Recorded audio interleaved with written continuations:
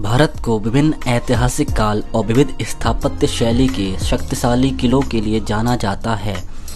ये अनूठे किले अब एक बीते युग के प्रतीक हैं। एक ऐसा समय जब भारतीय उपमहाद्वीप कई राज्यों में विभाजित हुआ करता था, प्रत्येक में राजाओं और राजकुमारों का शासन था।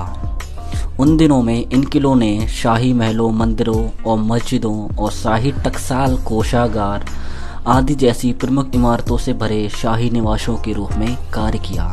आज की वीडियो में हम इन्हीं में से कुछ प्रमुख किलों के बारे में बात करेंगे।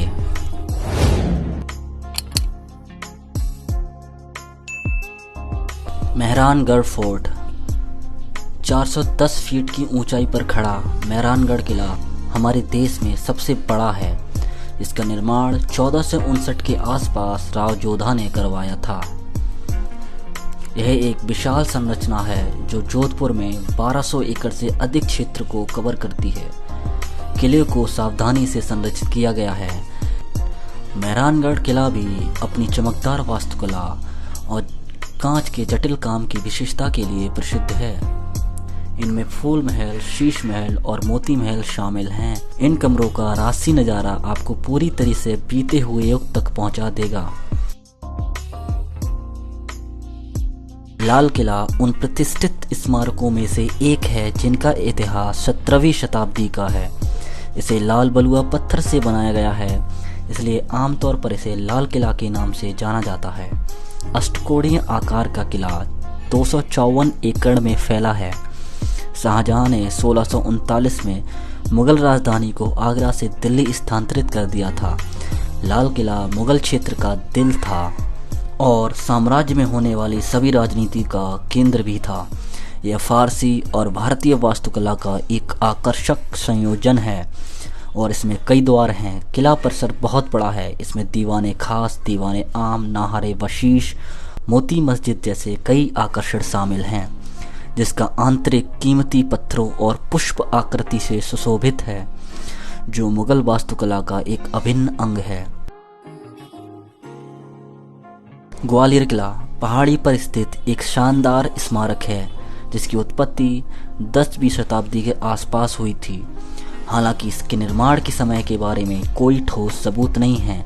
ऐसा माना जाता है कि किले का निर्माण सूरज सेन ने करवाया था और उन्होंने इसका नाम एक संत के नाम पर रखा था जिन्होंने उनकी कोढ़ की बीमारी ठीक करके दी थी। बाद के वर्षों में ग्वालियर किले पर हूणों, तोमर, मुगलों और मराठों ने कब्जा कर लिया था। यह स्मारक स्थापत्य आश्चर्य का एक वास्तविक अवतार है और उस समय के कुशल शिल्प कौशल को दर्शाता है। यह बलुआ पत्थर की दीवारों से घिरा हुआ है और कई पानी की टंकियों से भरा है। ऐसे कई मंदिर और महल हैं जिनका प्राचीन भारत की रॉयल्टी के साथ एक आकर्षक आभा है। मैन मंदिर पैलेस ग्वालियर किले के मुकुट पर एक आभूषण है। सास बहू मंदिर और तेली का मंदिर भी गौरवशाली अतीत के कालांतर में दिखाई देते हैं। 12वीं शताब्दी का गोलकोंडा किला हैदराबाद के सबसे लोकप्रिय आकर्षणों में से एक है। यह शहर के बाहरी इलाके में स्थित है और अपनी भव्य वास्तुकला के साथ आगंतुकों को लुभाता है। 12वीं शताब्दी में काकतीय राजवंश के संरक्षण में विशालगढ़ की उत्पत्ति हुई। 16वीं शताब्दी में विभिन्न कुतुबशाही शासकों द्वारा इसका पुनर्निर्माण किया गया था। गोलकोंडा किले के आसपास की खदानें हीरे के व्यापार के लिए जानी जाती हैं और इसने दुनिया के कुछ अति उत्तम हीरों का उत्पादन किया है। ऐसा कहा जाता है कि किले में एक विशाल तिजोरी थी जहां कोहिनूर और अन्य हीरे जमा थे। यह स्मारक चतुर वास्तुकला का बेहतरीन उदाहरण है। राजस्थान के चित्तौड़गढ़ किले का निर्माण 7वीं शताब्दी में स्थानीय मौर्य शासकों द्वारा किया गया था, जो भारत के सबसे बड़े किलों में से एक है। इस किले की भव्य संरचना में मौर्य वंश के बाद के अन्य शासकों द्वारा निर्मित कई प्रवेश द्वार हैं। चित्तौड़गढ़ का दुर्ग उत्तर भारत का ऐतिहासिक रूप में सबसे महत्वपूर्ण किलों में से एक है, जो कई वीरता और बलिदान की कहानियों के साथ यहाँ आज भी खड़ा हुआ है। चित्तौड़गढ़ का दुर्ग राजस्थान में घूमे जाने वाली सबसे अच्छी जगहों में से एक है। सही अर्थों में यह दुर्ग राजपूत संस्कृति और मूल्यों को भी प्रदर्शित करता है। अपनी शानदार और आकर्षक दृश्य के कारण चित्तौड़गढ़ किले को साल 2013 में यूनेस्को का विश्व धरोहर स्थल घोषित किया गया था। चित्तौड़गढ़ किले को चित्तौड़ के नाम से भी जाना जाता है और यह 590 फीट की ऊंचाई पर एक पहाड़ी पर लगभग 700 एकड़ जमीन में फैला हुआ है। अगर इतिहास की माने तो इस किले का निर्माण चित्तौड़गढ़ इसके बिल्डर चित्रंगा से लिया गया है, जो एक स्थानीय कबीले का शासक था और जिसने खुद को मौर्य या मौरिस के रूप में पहचाना। चित्तौड़गढ़ किले से जुड़ी एक दूसरी लोक कथा किले के निर्माण का श्रेय भीम को देती है, जिसने जमीन पर वार किया और भीमताल कुंड का निर्माण किया था।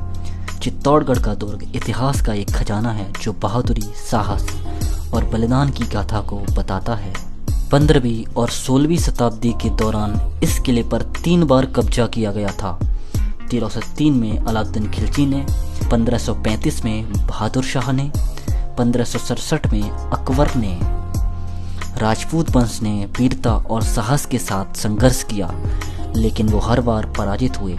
युद्धों में हार जाने के बाद 13,000 से अधिक महिलाओं और सैनिकों के बच्चों द्वारा जौहर या सामूहिक आत्मदाह किया गया, जिन्होंने युद्ध में अपनी जान की बाजी लगा दी थी। इस सामूहिक आत्मदाह का नेतृत्व राणा रतन सिंह की पत्नी रानी पद्मिनी ने किया था। ओके दोस्तों, तो आज की वीडियो में इतना ही। अगर आपको वीडियो पसंद आई है तो वीडियो को लाइक जरूर करें। अपने विचार कमेंट के माध्यम से हमें जरूर बताएं। चैनल को सब्सक्राइब करें ताकि भविष्य में आने वाली वीडियो आपको आसानी से मिल जाए।